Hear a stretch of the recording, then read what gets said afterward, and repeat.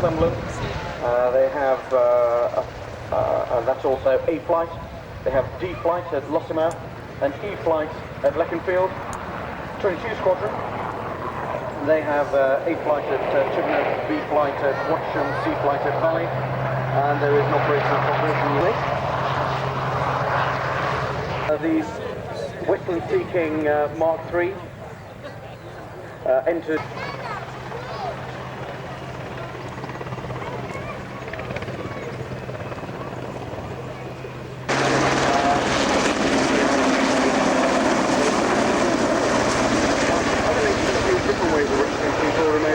Sort of, I suppose a bit like a lobster pot really, they in a big net that they drop down and sort of scoop the survivor. Well, of course, will always use a winchman coming down. He right through, whatever it may be, to keep that helicopter hovering in exactly the right place over the survivor. And it's both rounds to select. Well, the next year we get a little bit excited and I tend to get out of breath.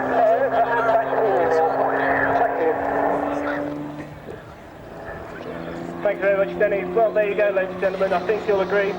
What better way to start commentary for a Denny Dobson display than having it straight from the hot seats from the Extra 300. The aircraft, a two-seat monoplane. The two seats arranged in tandem, one behind the other. And as you can see, a very manoeuvrable aircraft. That's thanks to the immense strength of the Extra 300, tested in the factory to withstand stresses and strains of up to plus 23, minus 23 G. Is stressed to plus 10, minus 10. And during these displays, Denny will pull manoeuvres that range from plus 10 G to minus 7. That's to say, at plus 10 G, Denny puts down into his seat with a force of 10 times his own weight.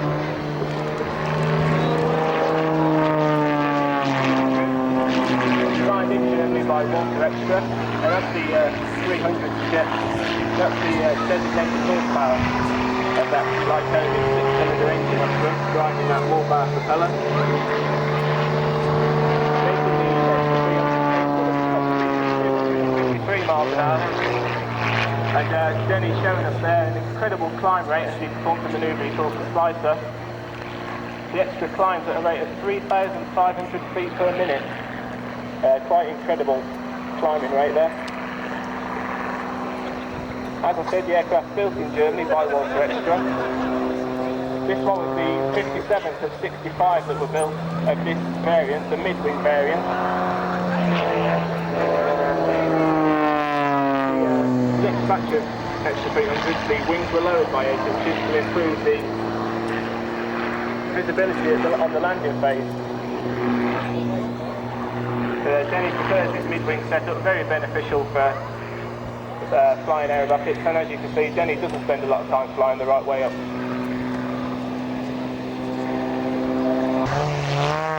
He's flying on sideways, as he calls it, so if you've got your cameras ready, this will be a great opportunity for a picture as he comes in very slow under the limbo there, through the river.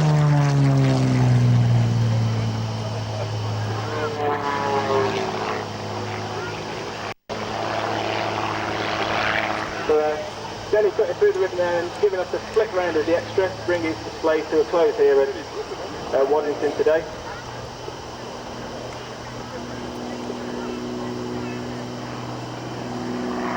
Now this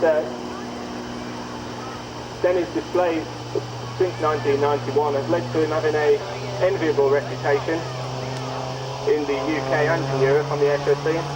But as I mentioned, Denny now has two sponsors in the US as well, so his reputation is spreading further afield all the time.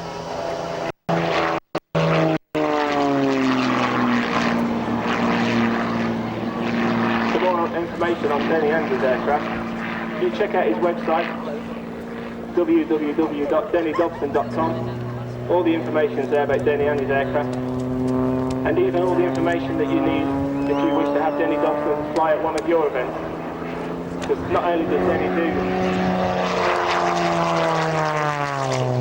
motor racing events, country fairs, anywhere else, beautiful sight. Aerobatic display by probably the best aerobatic pilot in the country, and certainly the only pilot who's qualified to perform the limbo ribbon cut that you saw here today, which Denny normally does his finale, but he's confused me a little today by doing it early into his routine.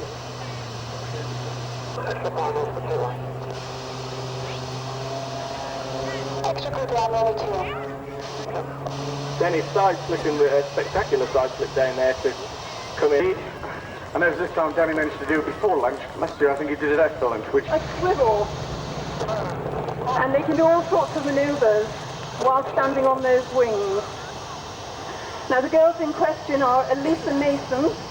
She's a 20-year-old, and if you're a fan of Family Affairs, she played Charlotte Cockerill.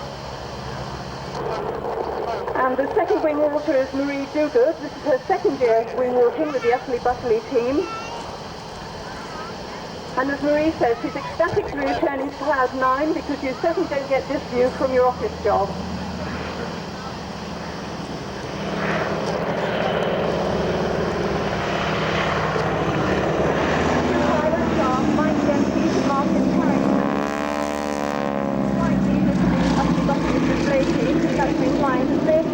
And the last 20 as a professional pilot.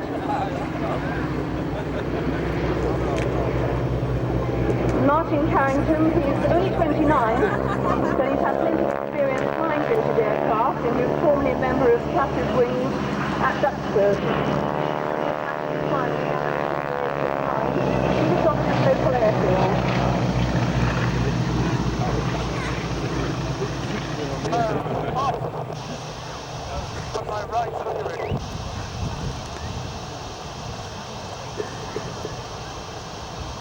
Now, wing walking originated in America during the Roaring '20s, when the taste for adrenaline was strong, and the girls are very secure up there, which means they can do handstands, they can actually climb down from the wings into the cockpit.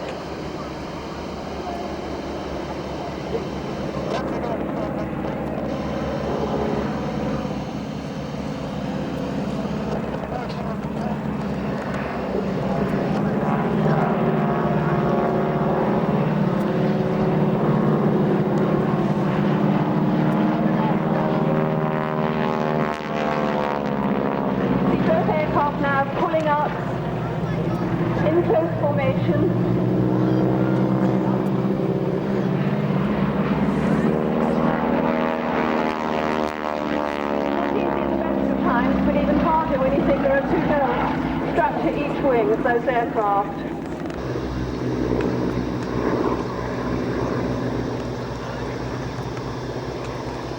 The least of life as crop dusters, and because the pilots needed to lift heavy loads, the original 220 horsepower engines were replaced by Pratt & Whitney 450 horsepower R985 engines. And if you look now, you'll see them doing a mirror formation, which means the lead aircraft is turned upside down.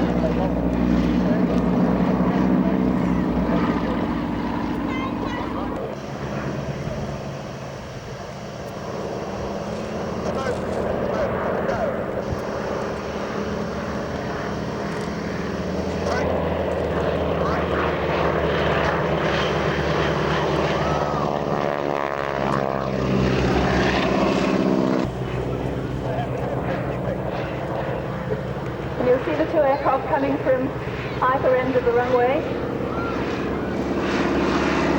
As I said, the girls are looking forward to the crowd. It's actually very, very cold up there.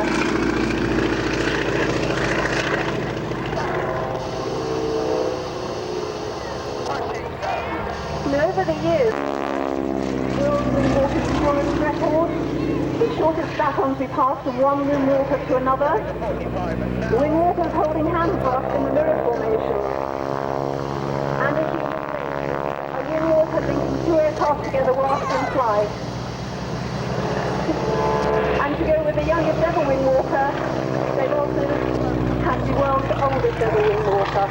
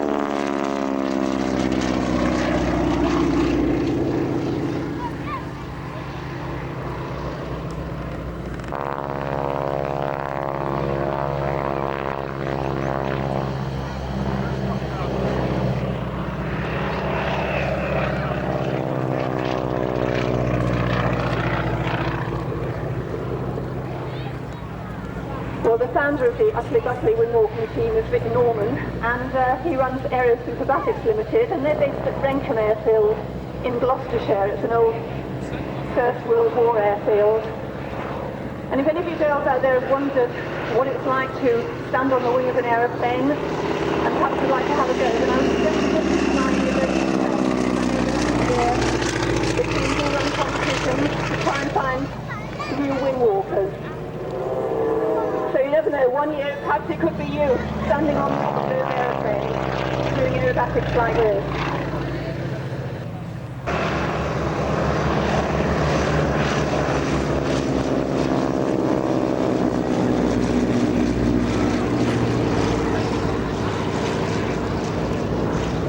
Various items of merchandise that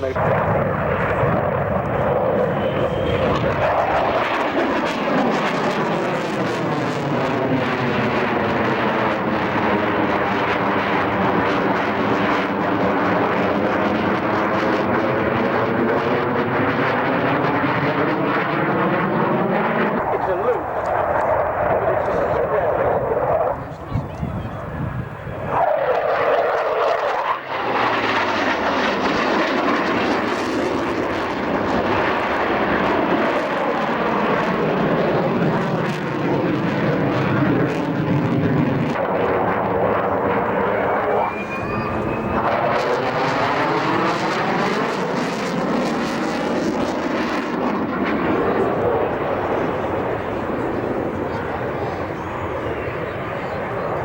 An amazingly manoeuvrable aeroplane, as I say, going the amount of G that was coming on there, just literally turning through 90 degrees.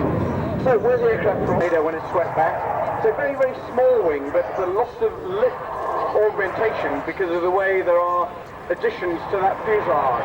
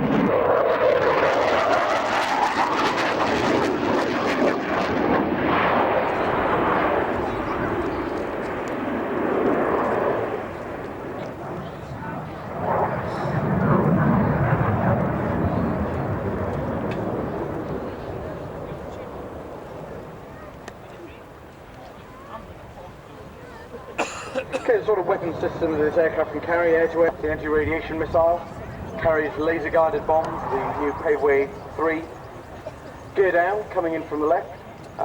This was originally planned as a touch and go, but looks like just a slow fly past. You can see the tail hook's been extended as well, and the in-flight refueling probe.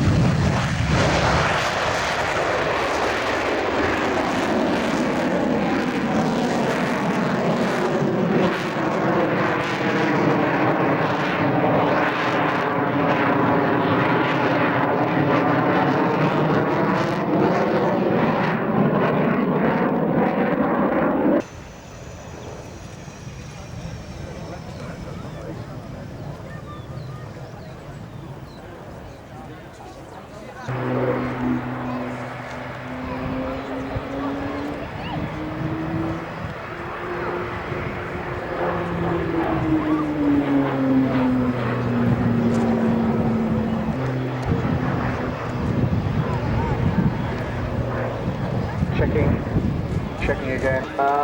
Watch on the way up. The aircraft's clean. Once he's done the stall turn, he'll lower the undercarriage and come straight from the stall turn in to land.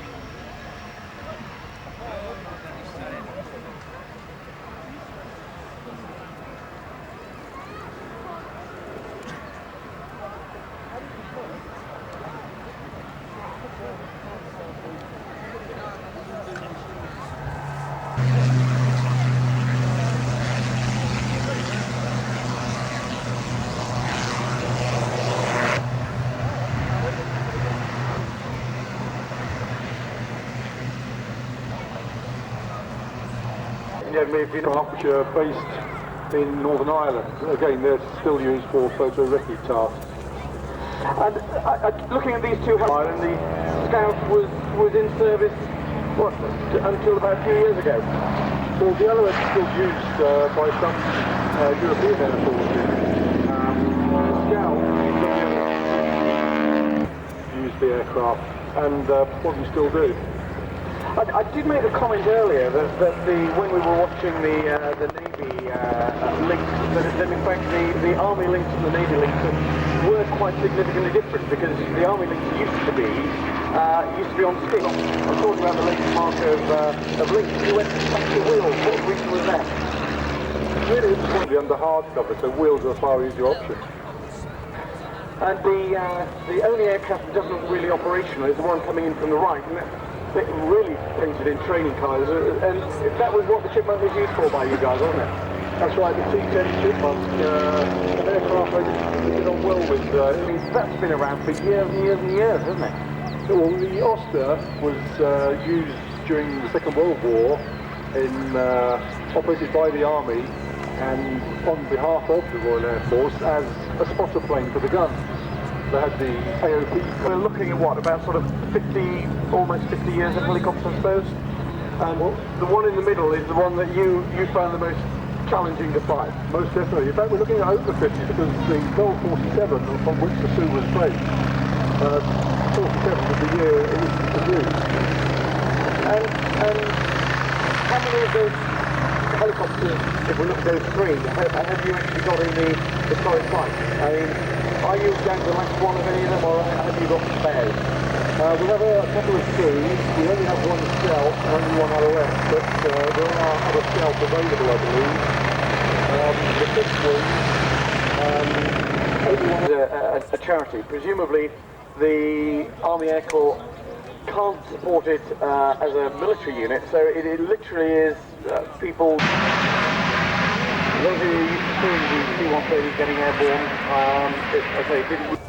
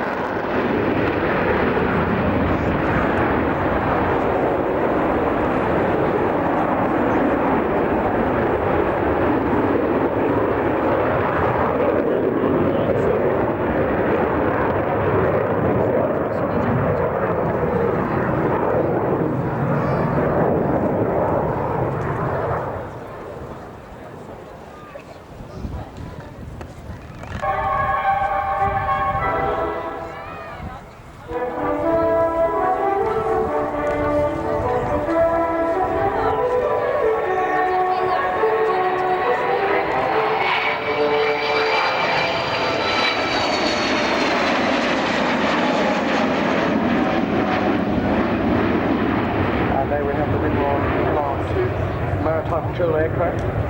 It's still the only world maritime patrol aircraft which is jet powered. All the rest are pistoned aircraft.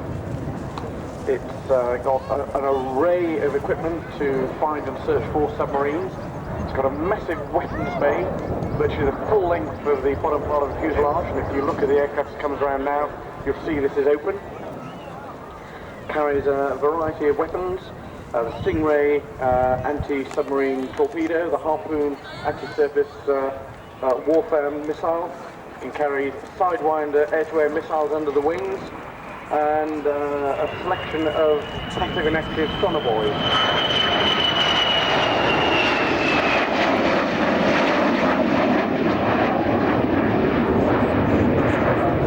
Referred to as a modified many, many years, because basically that's what it was. But of course there is a replacement. It's the MRA4 refurbishment program, basically of fuselages, because it gets new engines and a brand new wing, and of course again the weapons fit and the avionics and the attack systems are all being modified to bring the aircraft up into the 21st century.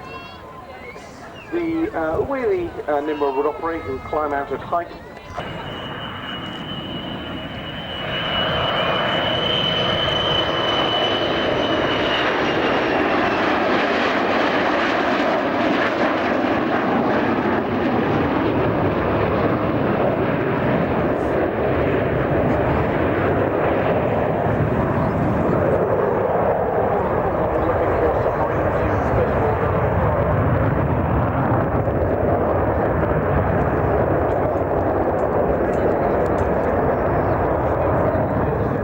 Down. The Nimrod, I say, was modified back in 1982 for in-flight refueling, and now a standard feature of all Royal Air Force operational aeroplanes. That's where those little sort of finlets on the elevators at the back came from, to give the aircraft stability during in-flight refueling. Sort of rolling around the side.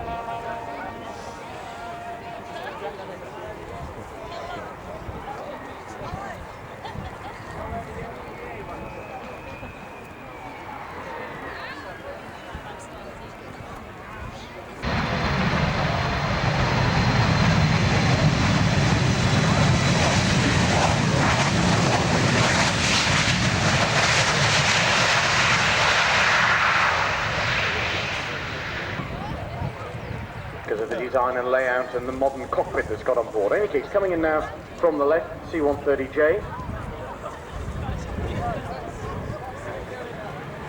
So I'd say externally, there are one of the immediate ones, those of you who remember the Hercules, is that it hasn't got those two long-range tanks that are underneath the wing, in between the, normally in between the engines. The engines are actually developing about 40. So we'll just have to sort of work this one out together. Now, the engines now have 6-bladed propellers, which means that when they're put into reverse thrust, once it's on the runway, it should stop. It's a very short landing. The rear ramp door is already being lowered. And there you can see the C-130. The rear ramp has got 2 smaller ramps for the 2 loadmasters have just lowered the ramp. Out come 1, 2 Land Rovers. So how quickly those ramps are reloaded back up onto the ramp itself. Now you should see the aircraft reversing, because that's the quickest way to get back to a takeoff position.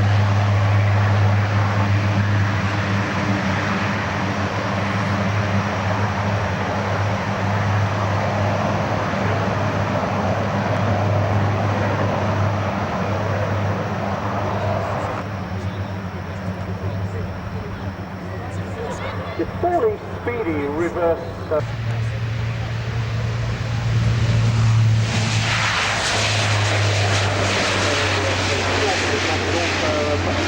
Decline that you get from the old K model. Now, technically speaking, it's very important to be able to do that. First of all, of course, if you're trying to capture an airbase, you wouldn't do it in broad daylight, you do it at night. And with the modern to land, that can be done by using a Tallow tactical air landing operation. Halo, which, no, it's not even Halo. Start again. by actually not landing, but actually dumping the kit out of the back of the Hercules from very low level as it overflies the drop bay.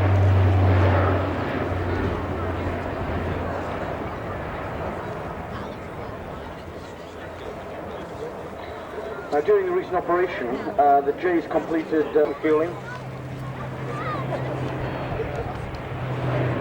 Now, say these new aircraft with the glass cockpits mean that you reduce the crew numbers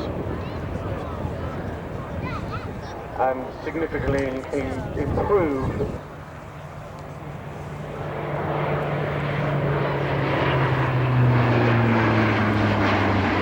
as soon as everything's comfortable, easing that dive off and coming in for the final landing. And again, to make it a short landing, using those very powerful engines, reversing the direction of the blades of the propeller, push the thrust forward for a very quick deceleration.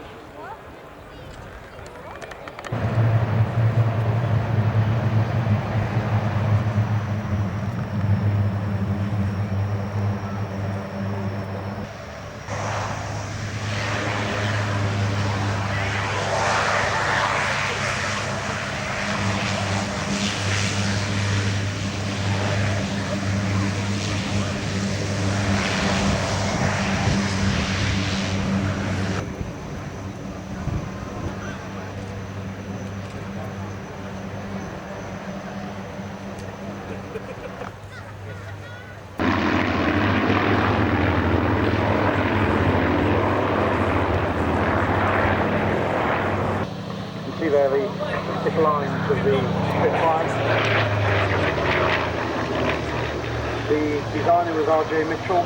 He developed the Spitfire from the high-speed seaplanes that were built for the Schneider Trophy contest, which was finally 054, was powered by a newly developed Rolls-Royce engine, 900 horsepower. May 1936 by Jeffrey Quill. The new fighter was officially named Spitfire in May 1936, and on the 3rd of June, the Air Ministry made the first order for 310 aircraft. Built over 2,000 at that stage were on order, and the result was a new factory being built at Camcorder Tape. Start of World War II, the Royal Air Force had 9 squadrons fully equipped. In 1940.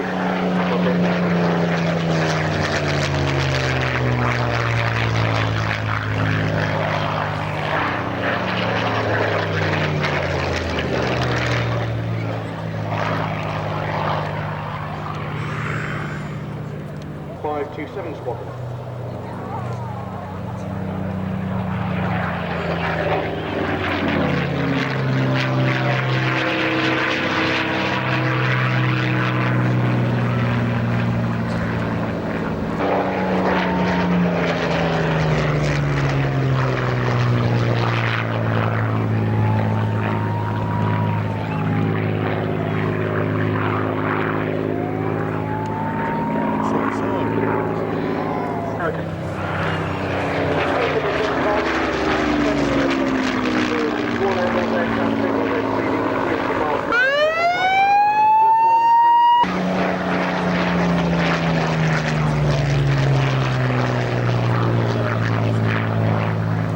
North wheeled in 1940.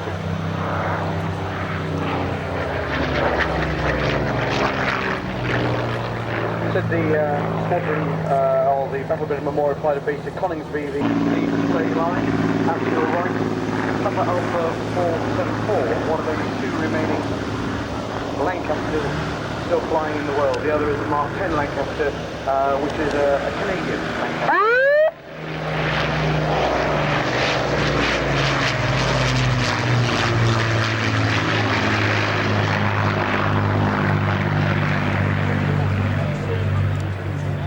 Return from operational mission using the same basic Merlin engines. Well,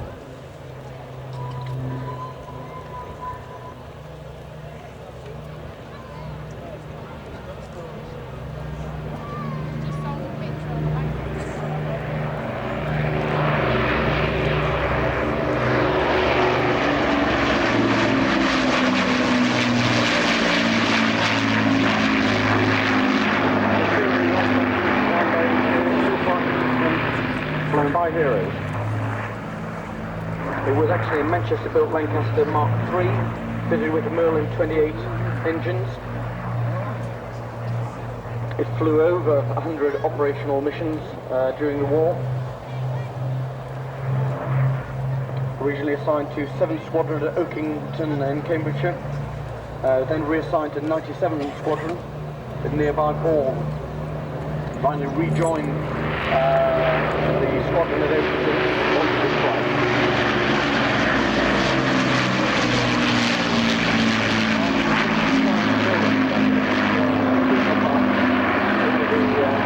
The nose art that was used on the aircraft at the time.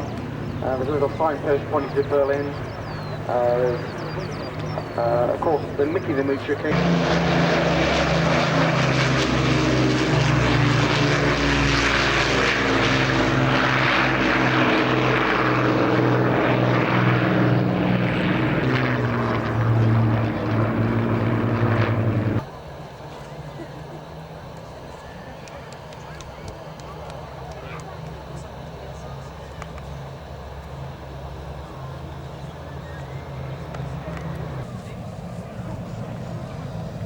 Okay, well, as the Lancaster just clears the runway, we're moving back to the modern Air Force, out to the left. Many of you will recognise the quite distinctive features of the Harrier, even if you're not to look at Harrier, and a quick sort of talk through what the display will be, because the volume is going to be as it's gone again, almost like a very short.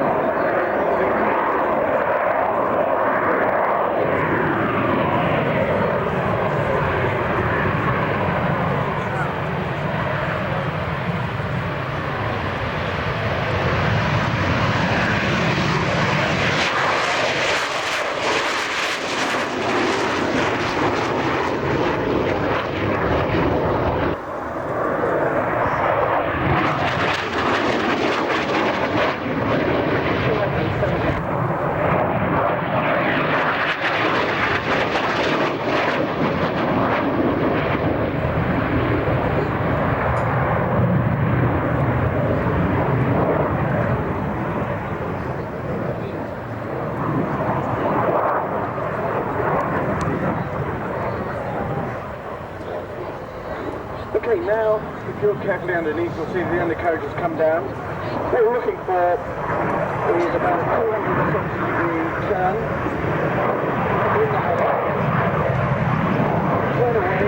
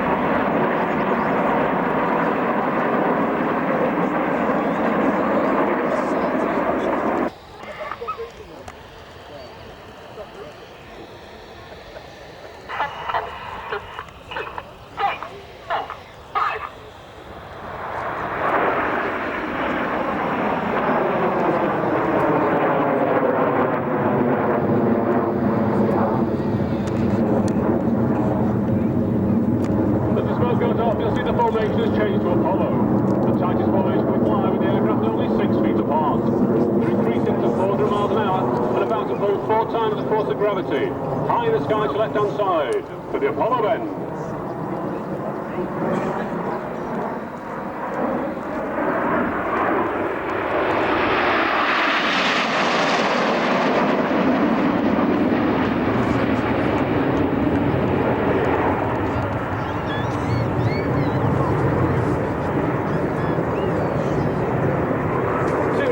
To diamond formation, the trademark formation for the red arrows. As I said, runners.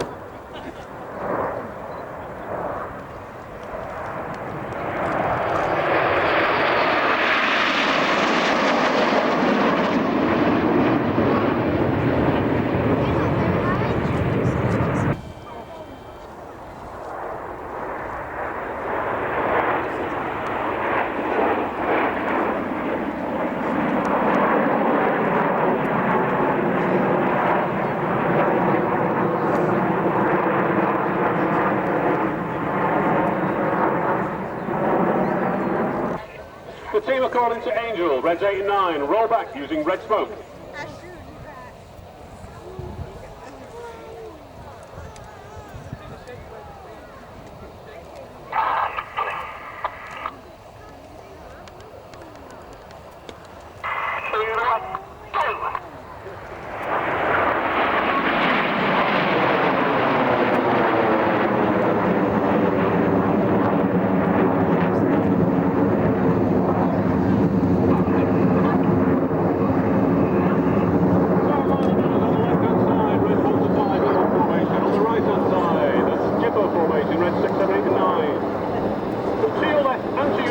For the 5-4 cross.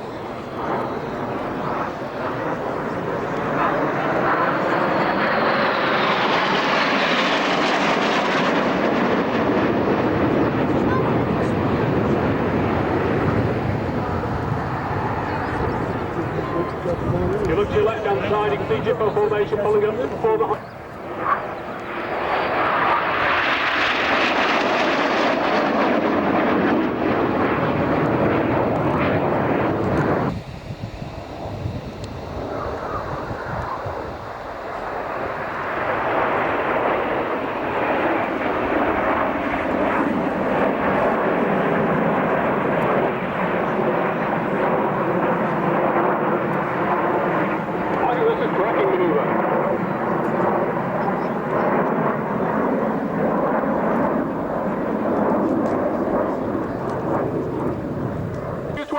In Chevron, let's listen in to Red 1.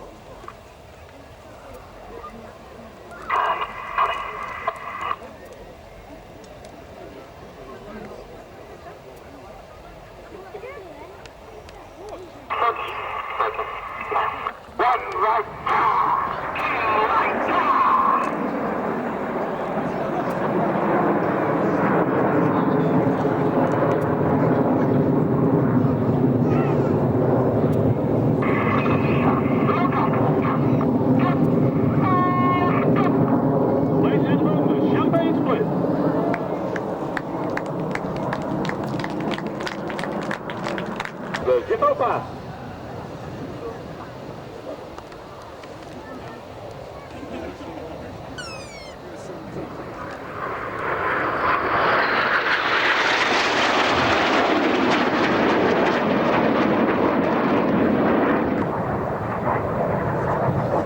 Forward inverted V.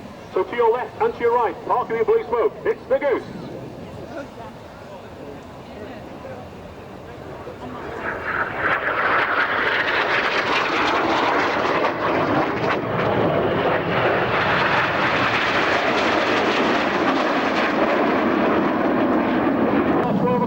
For the synchro pair. Here at Waddington, a lot of the wives and partners are here today with the families. And leading the synchro pair is Red 6 for leader Miles Garland. And Miles would like to dedicate the heart today to Emily. So Emily, this is for you from Hard in his red 9s, following the Christian Gleave, as he spares the heart. And that's for you. Complete the double rolls.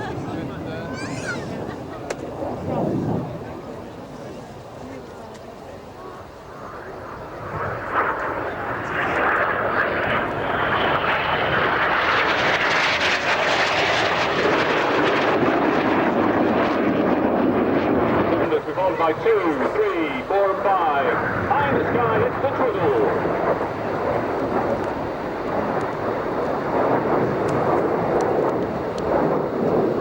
There's a great shot of Unit.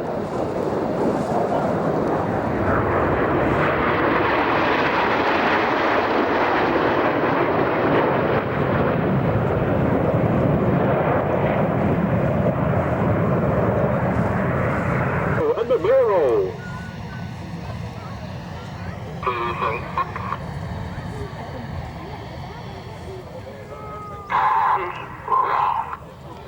Red 6 flying an inverted barrel roll at minus 2.5 times the force of gravity.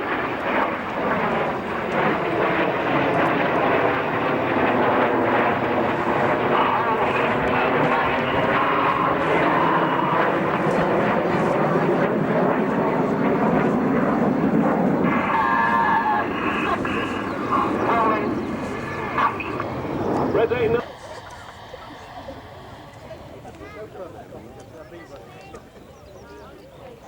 So to your left, the white smoke changes to colour smoke, and it's the Caterpillar.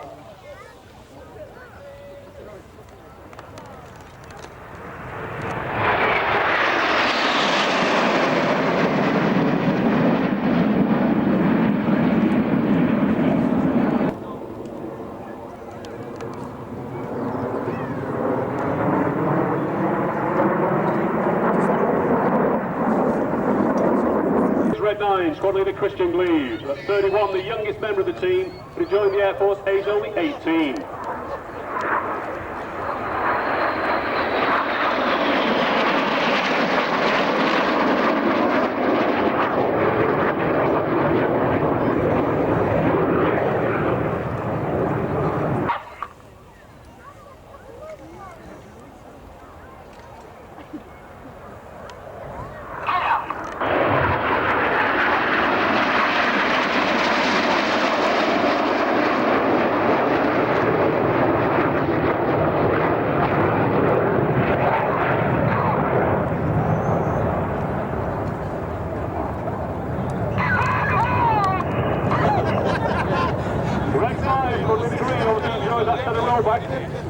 We're at 12 o'clock, let's listen in to Red 6.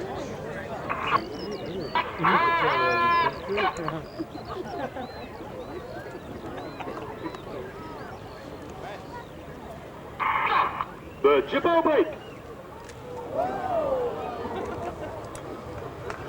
Prepare. It's the opposition loop.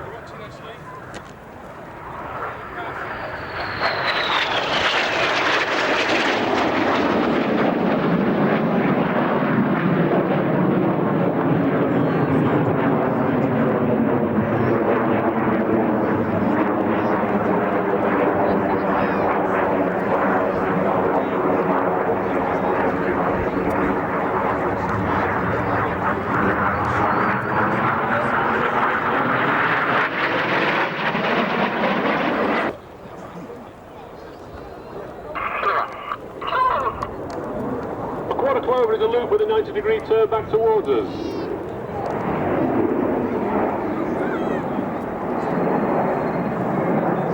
The aircraft float back towards the ground.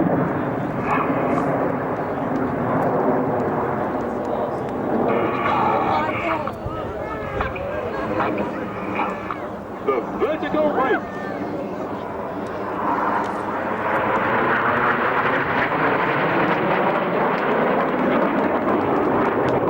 And Red 6 on the left as they return for their most demanding manoeuvre. It's the carousel.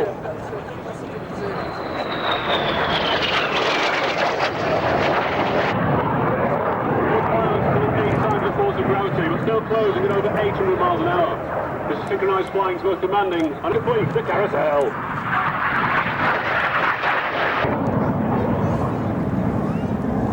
Say a final goodbye to the synchro pair. We transfer our gaze to our 12 o'clock. Ladies and gentlemen, 3. Please put your hands together for the Red Arrows.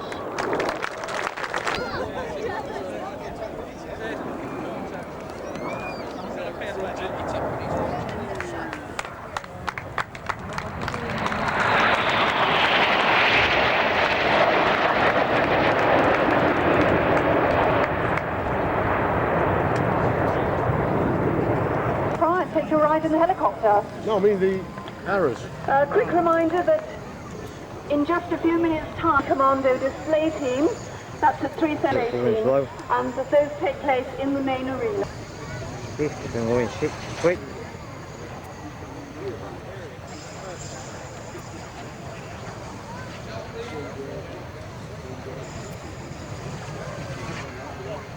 This one, ladies and gentlemen, as we'll drive along the cloud line, we'll then pull the aircraft up into the vertical, and again come to an almost complete stop. Talk us through it, Will.